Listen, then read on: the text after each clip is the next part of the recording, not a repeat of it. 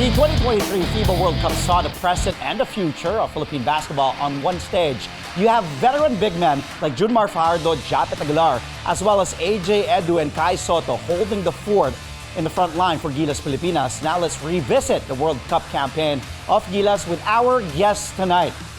For me, I'm really excited about this episode because joining us for an all-out conversation live inside the studio is 6'10", 23-year-old big man. There he is, AJ Edu. And then on the other hand, because he just came from practice, you have the Kraken, six-time PBA MVP, Mar Fajardo, joining us via Zoom.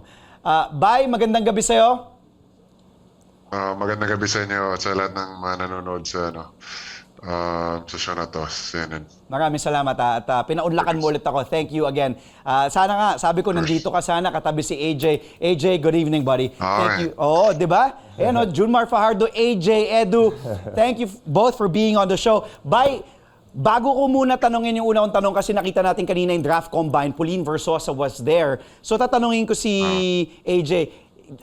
Jay, do you have any plans of joining the PBA? I know you're going to Japan, but do you have a timeline of planning to go to the PBA? No, not anytime soon. Not as of yet. Just taking it year by year for now. So yeah, right now the focus is Japan. Okay. Yeah. How have you been, man? After that World Cup stint? Yeah, been good. Things have definitely been different after the World Cup, but yeah, been good. Just really excited to head to Japan and start my professional career.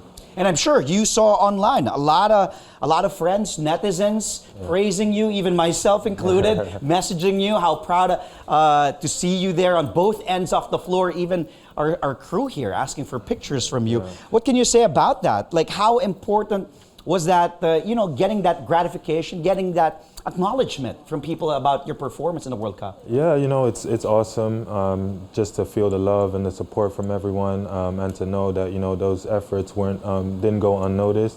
Obviously, I try and focus on myself and not pay too attention to the noise, but it's unavoidable while I'm here in the Philippines, in a country that loves basketball. So yeah, it's been nice, and just love the support out here. Considering you've gone through so much with the injuries, a lot of lows, and now you're reaping the rewards of your hard work. Bye, punta ako sa'yo, brother. Congratulations din dahil wala kang pahinga, bye. Tuloy-tuloy.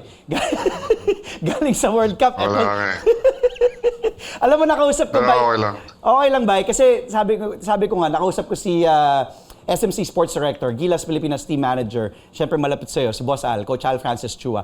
At sabi ni Boss Al, nung tinawagan ka pa daw niya, ikaw, si Scotty, si Japeth, para sinabi na, Junmar, balik ka na dito, ako bala sa'yo, nasa probinsya ka pa daw noon, nung tinawagan ka. Pero ikaw mismo, bakit ka napapayag? Kasi nga, tuloy-tuloy dahil I'm sure pagod na pagod ka dahil sa kakatapos lang ng World Cup, nag-training kayo, lahat-lahat, kasi ito, sabak na naman. Okay, nung nasa probinsya ako, kakarating ako tinawagan ako ni Boss Al. Nagpabook agad ako ng ticket nung tinawagan niya ako, nung papabalikin niya ako sa Manila. So, then, syempre, gusto natin maglaro sa national team. So, pag tinatawag tayo doon, opportunity yun. So, kailangan natin i-grab. Hindi natin pwede kung healthy naman tayo, hindi natin pwede papalampasin yung opportunity na binibigay sa atin. Kasi maraming players na gusto makalaro sa national team, pero hindi kami nahirapan makapasok sa national team. So sobrang blessed namin. So pag tinatawag kami sa national team, andun agad kami. Hearing Mar Fajardo probably will go down as one of the most dominant players to ever play, represent the Philippines, also play in the PBA, six-time MVP. You hear that? No, you hear that, AJ. What goes through your head? He's 10 years older. He's 33, you're 23. Right. And then I'm sure if given a chance, you also want to play for Gilas again in the Asian Games. Oh, yeah, for sure. I mean, this won't be the first. This was the first, but it won't be the last time I represent Gilas. And yeah, to just have the opportunities to play with people like Jumar, with such a legendary status here in the Philippines, it's a real blessing, man. So yeah, shout out to him. It's been really cool just getting to know him and just having the opportunity. Bay, ano masasabi mo dito kay AJ? Dahil kumbaga dati, isa ka sa mga bata lang noon, di ba? Nung nandun si Naping, si Ranidel. Ngayon, ikaw na yung kinukuya. Ikaw na yung, kumbaga, sa'yo na tumitingin sa inyo ni Japeth, di ba? Nakasama mo na matagal sa training. Ano masabi mo dito sa batang to? Dahil sabi ko nga, parang ikaw din, Bay, ang bait, tahimik, walang kayabang-yabang, on both ends of the floor, di ba? Bablock, tatakbo, ang sipag. Ano masasabi mo? At ano yung pinakagusto mo sa laro ni AJ Edu, Bay? Yung gusto ko kay AJ, go hard talaga siya lagi. Kahit sa practice, go hard siya. So, ayan, sobrang bright ng future ni AJ. So, sobrang bright ng magiging future sa Philippine team. So, ayan, good luck sa Japan.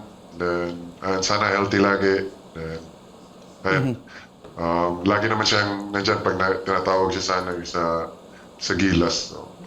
What do you want to say about that? And also, to have Mar Fajardo as a mentor and then Japeth Aguilar, how big of a deal was that for you? Yeah, no, I really appreciate that from Mar, and it was huge. Having those two guys again, they've been the foundation of Gilas teams for a long time. 3 World Cups is something special. That's something I aspire to. So just being able to hear from them every day, every practice, see what it takes to play at that level was just amazing, and they just encouraged me to be confident in myself, and I think that showed during the tournament. So just very grateful, and hopefully it's not the last time get to play with Mar and Japeth, because it's been awesome. Yeah. Well, we had Karl Anthony Towns on the show. I interviewed him. He mentioned specifically by kayong dalawa, AJ Edu and Mar Fajardo. How is it like guarding Cat? How is it like also playing again with Kai Sotto, AJ, who was your teammate even in the youth teams, and a lot more. Dahil pang pag-uusapan with nakikita natin, AJ Edu and Kai Sotto, two bigs, the young and of course the present and the future of Philippine basketball. We'll take a really quick time out. You're watching Sports Desk only here on CNN Philippines, where we go all out for the day's top sports stories. We'll be right back. Stay tuned. Welcome back to Sports Desk only here on CNN Philippines. And our guests today, Mar Fajardo and AJ Edu, the young and the now, of course, the future Philippine basketball, AJ Edu, and then you have 6-time PBA MVP, Mar Fajardo. Earlier, I did ask some questions. I also want to ask this later on. If you play one-on-one. Pero how about Karl Anthony Towns first? Let's get to that question I asked before the break. Kasi nung ginest ko siya, when I had Kat on the show via Zoom, he said he enjoyed playing against both of you, against Mar Fajardo and against AJ Edu specifically. AJ, I'll ask you first. What was it like guarding a legitimate NBA All-Star Karl Anthony Towns on a world stage? Yeah, it was quite the experience. I mean, first of all, it was pretty surreal. I had to pinch myself a couple times. Like the guy standing in front of me is Karl Anthony Towns. But I love the challenges, and that's one of the greatest challenges I could face. Guarding someone like that. So I just loved it. He mentioned the competition. I love that competition, and yes, he's an NBA All-Star. So there's things that I could pick up here and there. But it was fun. I enjoyed the challenge. Bay, ikaw naman, ang dami mo nang nabantayan, Bay. Hamed Haddadi, alam ko sina Boban, ang dami mo nang nakalaban na malalaki. Kamusta bantayan ng isang Karl Anthony Towns na pwedeng tumira sa labas, pwedeng umatake sa loob? Siyempre mahirap kasi sobrang mobile siya sa posisyon niya. Tapos 6'10", halos 7 na 10, mas matangkad pa sa akin yan. Tapos naglalaro sa labas, tumitira, nagdodrive. So hirap niya bantayan. So, ayun, credit pala kay AJ, siya talaga nag-ano doon. Halos binabantayan niya buong game yun si Karl Anthony. So, ayun. Buti na lang bata pa to, no? 23 years old. Si AJ na bahala doon. Ganun ba ba? Ganun ba yung ano nyo? Sinasabi niyo ba ni Japeth kay AJ, Jay, you're young. Ikaw na bahala. You do that. Do they tell you that sometimes? No, they don't tell me that. Okay. I remember last time also, AJ, you were on the show. You said you were looking forward to playing with Jordan Clarkson, who's a legitimate star in the NBA, former 6th man of the year in the NBA. How is it like seeing the things that he does on the floor? How is it like playing setting the screens for Jordan Clarkson. Yeah, again, it was a surreal experience. Another moment where I had to pitch myself where, the guy that I'm playing with is Jordan Clarkson. But obviously we all saw the level that he plays at, especially that China game that was just an amazing experience. It's like I had front row seats to the Jordan Clarkson show. But he's an amazing player. Again, just shows the level that these NBA players play at. And it was a great experience to not only see him on the court, but just see the day-to-day. How he is, how right? he is, how he interacts, and that's valuable, information for me. How about being reunited with Kai Sotto, who was your teammate in Batang Gilas, and there were some spurts wherein your chemistry was evident. Yeah, it was great. It's been a while. Obviously, it had been a while since I've seen him and played with him, so it was great. We kind of just picked up where we left off in terms of our chemistry, and just love playing with that guy, and just looking forward to many more times. I have to ask this question. We still have a lot of time, but kailangan ko tanungin to. And I'm sure narinig. And we're live, by the way, on CNN Philippines Sports Desk. At maganda tong, kailangan may poll din tayo. We should have a poll. If Prime Mar Fajardo and Prime AJ Edu, one-on-one, sinong mananalo? Ikaw nang tanungin ko. One-on-one, Mar Fajardo, Di ako mananalo kay AJ. Ha? Di ako mananalo kay AJ. Grabe yung Bay talaga. He's Kasi saying he won't win against you. No, Bakit, Bay? Too nice. He's not athletic. Sobrang mobile. Kita naman sa block niya easy. Tingin mo? Mahirapan ako. Tingin mo, Bay? Bibigyan ko ng magandang Siko. game. No. Bigyan mo ng siko. Wala ko din. Pero pag-poste mo sure gano'n, mahirap. pag backdown mo, bibigyan mo ng gano'n. What can you say about that? Do you agree that Junmar saying he won't win against you one-on-one? Man, he's just being nice. I think I've played against him in practice, man. He's a big guy. It's hard to stop him. I think we saw that in the World Cup. A lot of these bigs couldn't stop him. So I would definitely struggle to stop him inside. Yeah. And the fans maybe will chime in. Who do you think will win? AJ Edu or Mar Fajardo? That will be a nice one-on-one. Yeah. Well, in less than 2 weeks by Asian Games na naman, sabi nga natin walang pahinga. We're racing against time. Ika nga, we have to make do with what we have. Bay, syempre gusto mong bumawi dito sa Asian Games after nung nangyari nga sa World Cup. Gano'n ka kumpiyansa? Kahapon kausap ko si Calvin Abueva, sabi niya, gigil na kayong sumabak, maganda yung first day of practice. Gano'n kayo ikaw mismo ba? Gano'n ka kumpiyansa na makakabawi tayo dito sa Asian Games? So far, maganda naman yung tinatakbo namin sa practice. So, and kumpiyansa ako na maganda yung ipapakita natin sa darating na Asian Games. Mm-hmm. And then AJ, of course, you're going to the B-League. We wish that you were still with Gilas, you'd be them in the Asian Games. But no, congratulations. You will be playing with the Toyama Grouses, right? When are you leaving for Japan? So I'll be leaving this Thursday. This Thursday, and going straight to Toyama already? Yes. Yeah. Okay. Yep. And that was a former team of Dwight Ramos. Did he give you some tips? And did Kiefer Ravena, 30 Ravena, Bobby Ray Parks, Kai Sotto even give you advice on how life is like being an import in Japan? Oh yeah, for sure. I tried to ask as many questions as I can because I've never been there before, never been to Japan, so tried to take in as much information as I can. Dwight told me a couple spots. He said there's a nice Starbucks out there, so I'll make sure to pay a visit. Just really excited for this professional journey that I'm about to begin, especially in Japan. They've told me a lot of good stuff about it, so I'm just really excited to go out there. Mm-hmm. What's your reaction? Ikaw ba, kunin ko yung reaction mo. Ito mga bata na kasi, 'di ba, pumupunta na ng ibang bansa, yung iba naglalaro sa Korea, yung iba, 'di ba, pumupunta sa ito nga, ang dami nila sa Japan. Ano yung reaction mo doon, Bay? May nagpatanong na yun actually sa social media namin, pero tanungin na kita, Bay, anong reaction mo na suportado mo ba 'yon, yung ganun na 'di ba, na maglalaro sila sa ibang bansa muna o pinapayon mo silang, halika, laro na kayo sa PBA, Bay? Decision nila yan eh. Okay.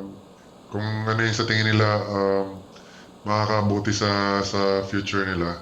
Of course, wala naman tayong rights na pigilan sila eh, kasi life nila yan eh. Hindi naman natin kontrolado yung buhay nila. So, kung anong gusto nila, yan, rights nila yun. And then, yan, yung PBA naman, nandyan lang naman pag ano. Kumbaga, nag-aantay ka Stay, lang. Abangan mo lang sila. Pag pupunta na sa PBA, ready ka na. Okay, we'll take another quick... So, rights nila yun. Rights tama, nila yun. tama naman. Bye, dyan ka lang ha. Mabilis lang. Time out ulit tayo. AJ Edu and Mar Fajardo will still be with us after this really quick break. And we'll answer some of the questions that you guys sent us online. Stay tuned only here to Sports Desk on CNN Philippines. We'll be right back. And we're back. Thank you for joining us here on Sports Desk only on CNN Philippines. And as you can see, we have a segment we want to call Fans Want to Know. We will take some of the questions. Well, we will read some of the questions that the fans want to know. Only one here ang nakapasok, of course, for AJ Edu and for Mar Fajardo. Here is the question from JP Aguilar.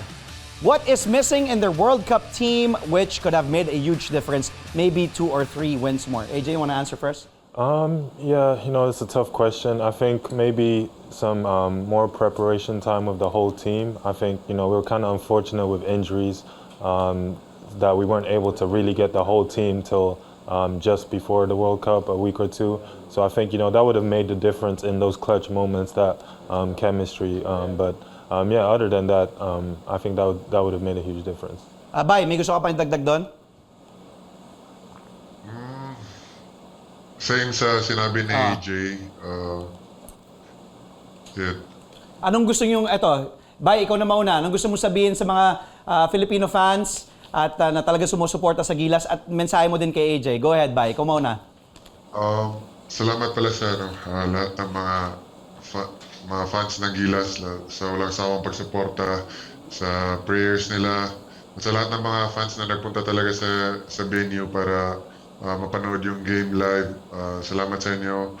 And then kay AJ, good luck sa stint mo sa Japan.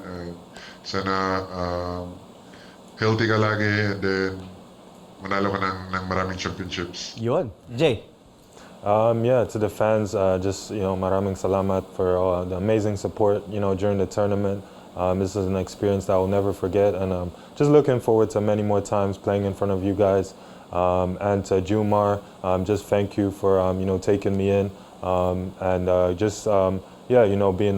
being there for me during this tournament, and just wishing you all the best in the Asian Games. Wish I could join you guys, but you guys go get that gold, thank you. Maraming salamat again. We just spoke to the Kraken, 6-time PBA MVP Mar Fajardo, and young 6'10" big man AJ Edu from Gilas Pilipinas.